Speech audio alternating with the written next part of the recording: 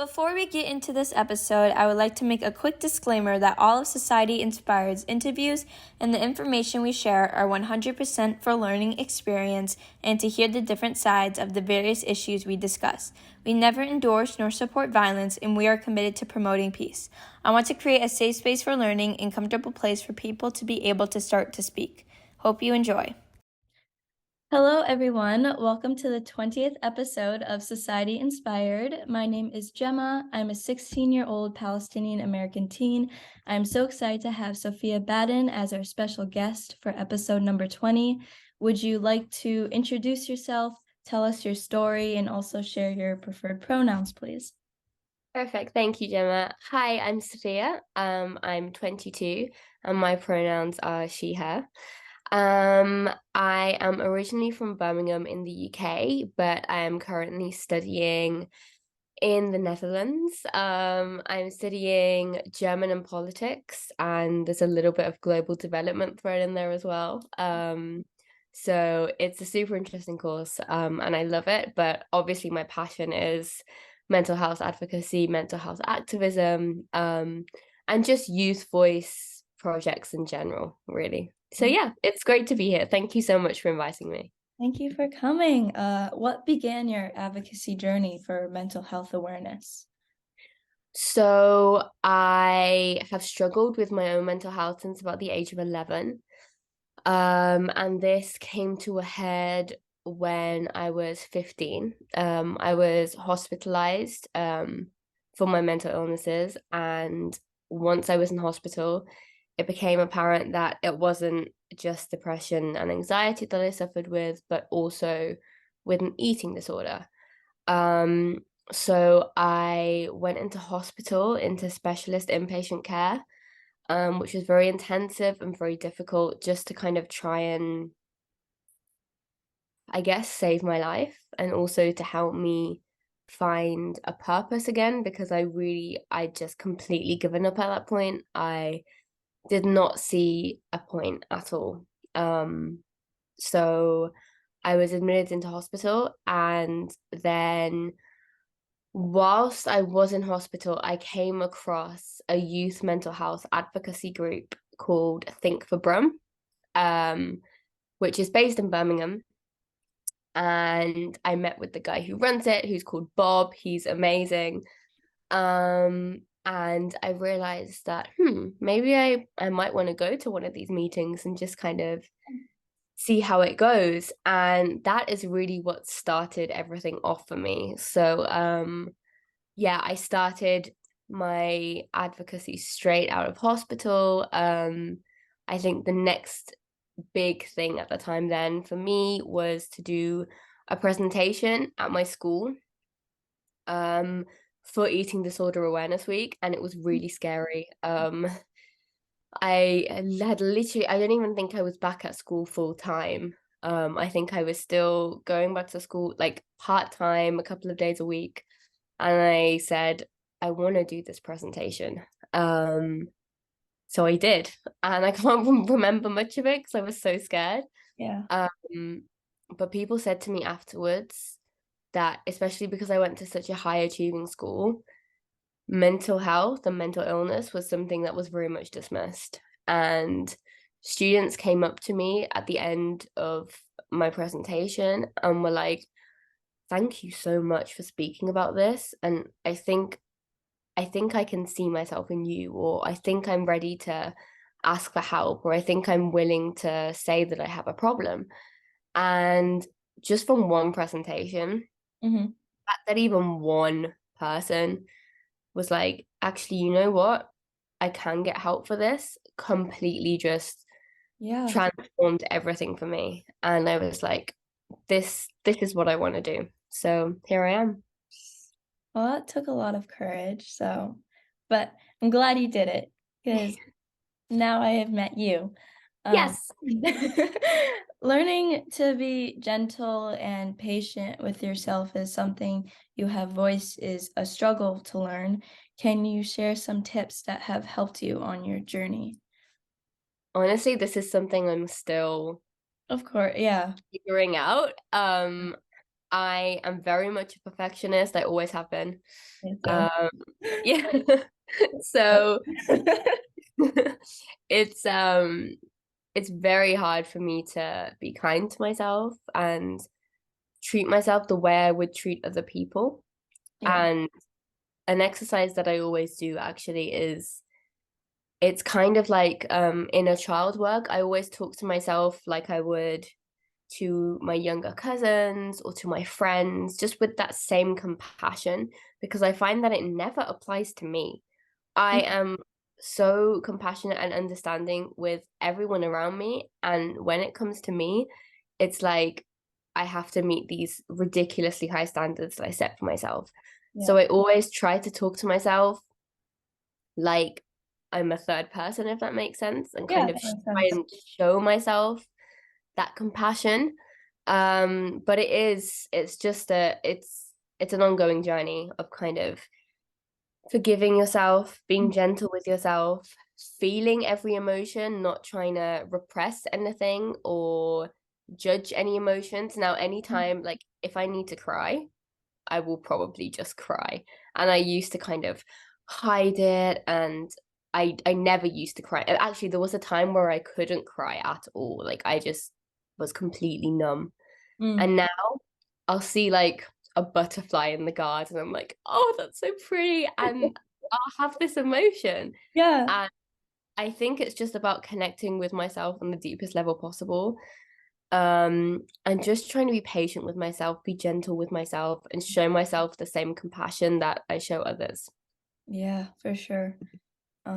It can be a struggle to get help with how the universal system has abandoned the topic of mental health, especially with the youth population. Aside Mhm. from more funding that is desperately needed, what are some ways that the mental health system could become more accessible? Big question. There are so many ways. Obviously, as you mentioned, funding is the biggest one. Yeah, Um, what frustrates me is that a lot of mental health awareness centers around asking for help and kind of reaching out to someone. But what happens when you reach out and the help isn't there? And that's something yeah, that I came across and loads of people that I know have come across. yeah, And I think the only way that we can tackle that, firstly, obviously, is funding. yeah, Secondly, is political lobbying.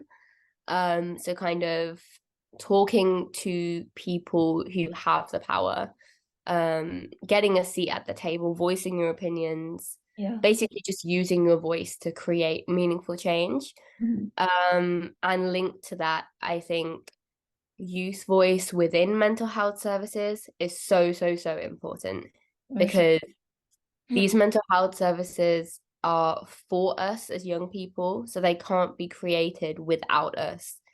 I Yeah. think every mental health service needs to have a youth steering group made up of young people who have experienced the system, used the services before, Mhm. and have that passion to ensure that youth voice is at the forefront of everything that mental health service does. Because at the end of the day, this is for young people. All Yeah. mental health support for young people. This is for them. So Yeah. we need to make sure that their voices are heard and that it's not just a kind of uh something that's dismissed of like, oh, the CEOs and the big people in the boardrooms making decisions for us. No, we should also be there. We Yeah. need youth representatives to voice our opinions and to make a stand for us. For sure. Also, the you don't know what you're talking about or it's a phase is not like that needs to be shut down immediately. Like, 100%. Yeah. yeah, just supporting each other. Excuse me. Yeah, Yeah. no, it's okay. No, I definitely think so. I think just believing young people. If someone comes up to you and says, "Look, I think I have a problem. I think something is wrong," that's a big thing for someone to admit. For And sure. it's so incredibly hard. So to then turn around and dismiss young people or say, "Oh, when I was young, we never had any of these Like, problems." No, yeah. the world is different. We have lived through a global pandemic. Yeah. This is For not something to be taken lightly. We have we have grown up with the rise of social media, and Yeah. I think the full impacts of these things and many others on the mental health of young people are yet to be fully realized. Yeah. So it's not the same as it was before, and I think every generation has the right to be heard for what is important to them. For sure. Well, you were the Diana Award holder in 2019. Can you explain what you won that award for? Yeah, so that was so the Diana Award is the highest accolade a young person can receive for their humanitarian work and social action. And it is obviously in memory of Princess Diana, Mm. who is one of my role models. I just think the compassion that she had is so powerful, and she said that young people have the power to change the world. Yeah. And that's a really big driving force for me behind everything that I do. So I received that for my mental health work that I did within my school. Mm. Um, Leading on from that initial assembly that I did, Yeah. I did more presentations. Oh, I became the school's first ever well-being prefect. So wow. historically, for like however many years the school has been, I think it's over 100 years, I want to say, but I'm not really sure that the school has existed. There's always been a team of, I think, 12 senior prefects, and they created a 13th role for me, the Oh, wow. 13th for the well-being prefect. So that meant a huge deal to me. And it's still going, and that's the most important thing, is that it's not just like a one time tokenistic thing, Yeah. that actually this change is meaningful and long lasting. So I received the Diana Award for my work mainly within school, also within the community. So with the Think for Brum Youth Board, I have spoken at conferences with them. We have worked on policy proposals, on mental health research. We've worked with the University of Birmingham. We've taken part in some pretty cool some pretty cool projects, and I've loved the experiences that has given me. So yeah. Well, another award, you also received the British Citizen Award. How was that experience for you? It was very unexpected. Um, it was a real shock. I remember I got a letter from the Prime Minister at the time, Boris Johnson, um, and I just remember thinking like, are you sure? And actually, actually, that reminds me, when I got the Diana Award, I actually called up their head office to check. I was like, are you sure you haven't got the wrong person? Oh Like, my gosh. are you sure this is me? So it was pretty similar when it came to the British Citizen Award. I mean, the official letter did help. Um, Oh, but yeah, that was amazing. I got that for my services to healthcare.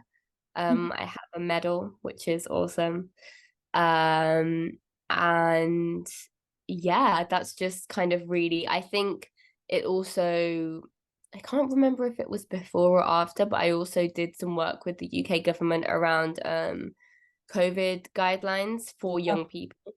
So I don't know how it was in the US, but here the COVID guidelines were pages and pages and pages long, and no one knew what they even meant, and it made no sense, and they would change constantly. So I was part of a team who rewrote these guidelines Yeah.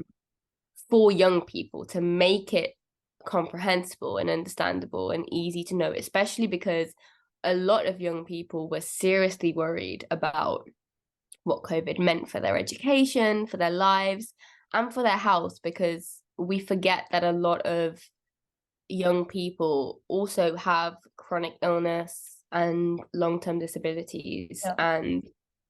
And yeah, young people are a group that are often overlooked in that sense. Um, Sure. so yeah, to work with NHS England on that was it was amazing. Yeah, it was a lot of work, but it was great. Of course, awesome. How do you suggest we continue the conversation about mental health as the topic finally becomes more mainstream? This is a great question. I think so. Recently, it was Mental Health Awareness Month, and for me, every month is Mental Health Awareness Month. So Okay. I wasn't really kind of. I think at the beginning, I was like, oh yeah, this is a month, and I have to do loads of things and post loads of content. And Yeah. now I've kind of gotten to the point where I'm like, it is what it is. If I get stuff done, that's great. If I don't, that's also fine because for me, it's 365 days of the year. Yeah. Um, but I think we have a lot of discourse around mental health in general, Mm-hmm. around things like anxiety and depression. But when it comes to more severe mental illnesses, Yeah. when it comes to eating disorders and borderline personality disorder and bipolar, schizophrenia, these are still shrouded in stigma. And it feels like the more palatable, the easier, not in the sense easier to live with, but I guess easier to accept. These mental illnesses have been kind of accepted because everyone can relate to feeling a little bit anxious Yeah. or a little bit depressed. Not everyone can relate to having paranoid thoughts or hearing voices. Yeah. And I think that it's these things which are a little bit more kind of out there and less socially accepted. These are the things that we need to push in terms of societal acceptance and especially funding, and just in general, just awareness. There's so many misconceptions about severe mental illness. Yeah. The waiting lists are horrific. Um, and I think we have the mental health awareness, at least when it comes to things like anxiety and depression. Now we need the action. We need Yeah. we need real meaningful change, and we need to talk about the things that are maybe a little bit more difficult to talk about. Yeah, for sure. Stop shying away from difficult subjects. Yeah. Everything. I always will agree with that. Um, are there any resources you would like my followers and I to read, watch, listen to? Oh, there's so many. Okay, I have two books with me here that Okay. I love, and I would recommend everyone to read. Um, there's one book. Oh, this is going to be backwards, isn't it? Yeah, but I put them all in the Okay, perfect. I'm um gonna turn oh, off my background, but please ignore the mess in my room. Um, I'm just gonna cover it with the book. Okay, this is backwards, but this not book is. backwards actually. I see it Oh, it's perfectly. not perfect. Okay. This is Women Don't Owe You Pretty. Women Don't Owe You Pretty. Can't speak. By Florence Given. Yeah. This is a brilliant book. It deals with everything from the patriarchy, the male gaze, to it's really just helped me recognize my worth and help me to protect my energy and also just help me to yeah, just really discover my self-worth because that's something I've really struggled with for a super long time. So yeah, this book has definitely helped in that respect. Yes. And the other is on mental illness, and this is by the School of Life. Um, I have never felt so understood by a book. Oh, I haven't even finished it because it's so overwhelming for me to read sentences that actually speak to me in such a meaningful way. It's all about kind of mental health in general, but also more specifically, and the thing that is most important for me mhm. is mental illness and severe mental illness, and how well mental health and mental illness are connected, they're not the same thing. And Yeah. we can't keep talking about mental health without actually talking about mental illness. So this is an incredible book so far. I love this. But yeah, and then in terms of other things, Also, if you can't think of any right now, you Yeah, can email me a list if you that's have perfect. what you'd like to add, and I can just add them in there. But Yeah, that'll probably be what happens. I always tell my listeners to just go look below the video. I forget what it's called right now. It's not called a caption. The description. Description. Thank you. I always just tell them to go look there. There's so perfect. Okay. Well, lastly, where can my followers find you on social media so they can keep up with you? Awesome. So, pretty much all my social media handles are at Sophia K Badhan, and I'm sure you'll put that in the description as well. Yes, I will. Um, but yeah, everything from Instagram, Twitter, LinkedIn, Linktree. I'm trying to think of other social medias, but I think that's pretty much it. Yeah, I you can find me almost anywhere at Sophia K Badhan. But yeah, Perfect. Okay, well, thank you so much for taking the time to do this interview. Make thank you so sure much. you follow Sophia on all the social media platforms and check out the resources, everything. And make sure to follow our other social media platforms as well so you don't miss out on more interviews and important information. I hope you guys enjoyed the 20th episode of Society Inspired, and we will see you guys next time. Thank you so much.